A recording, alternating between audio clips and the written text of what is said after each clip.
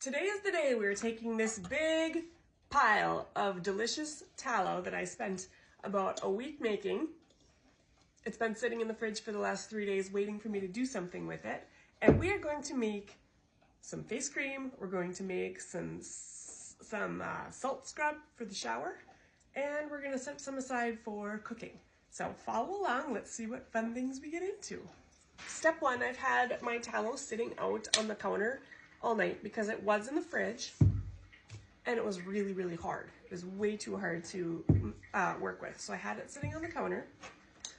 And now I'm just going to take my egg beater and I'm gonna whip it up.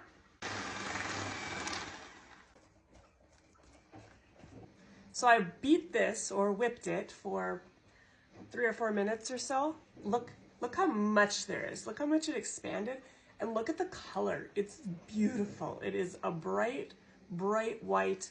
It literally looks like the most decadent whipped cream. This is so exciting.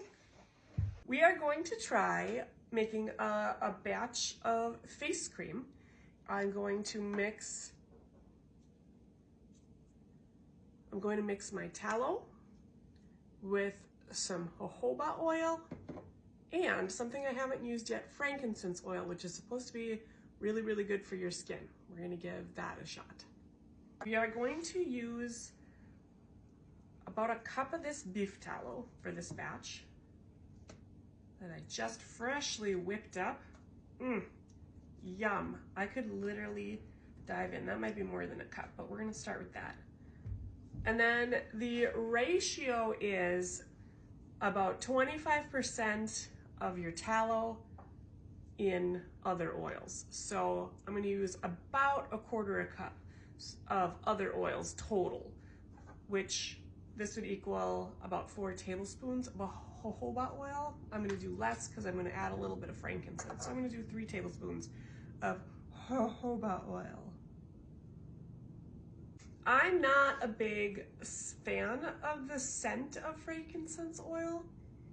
I feel like it's rather medicinally scented, but I've heard really good things about it. So I'm gonna put a few drops in here. We're just gonna whip it up and see what we got.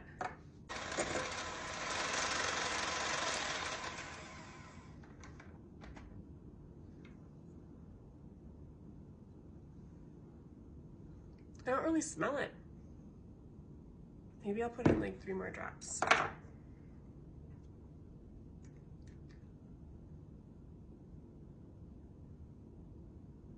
Or 5 or 6 or whatever that was. I definitely smell it now. Hopefully I didn't overdo it on the frankincense.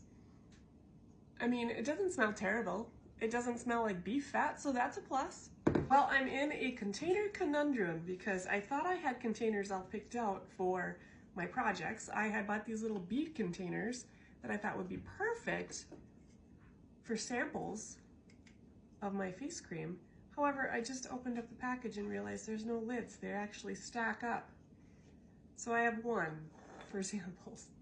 I found these little containers. They are plastic. I want glass. However, I don't think glass in the shower is a good idea. So we went plastic for some of these gifts that I'm gonna give out to my friends. This is for the salt scrub that I'm making. But as far as my little face cream goes, I have nowhere to put it now. That's a bummer. I'll fill this one out, I guess.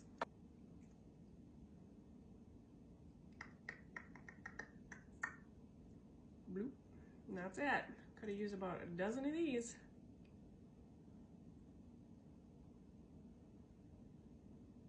I mean, that's the perfect little size for somebody that just wants to try it out without committing to a big pile of beef fat, you know? That's for my friend. All right, there we have it. That's our face cream. Keep in mind that oils do separate. So at some point you might see a little bit of that jojoba oil or the frankincense oil sinking to the bottom. Take a little toothpick or a little spoon and you can mix it back up into it. But that's why clear containers are actually really good for this because you can see what's happening. But this is shelf stable now. I just leave it on the counter or by my side of the couch so I can slather it on at night. Let me know what you think.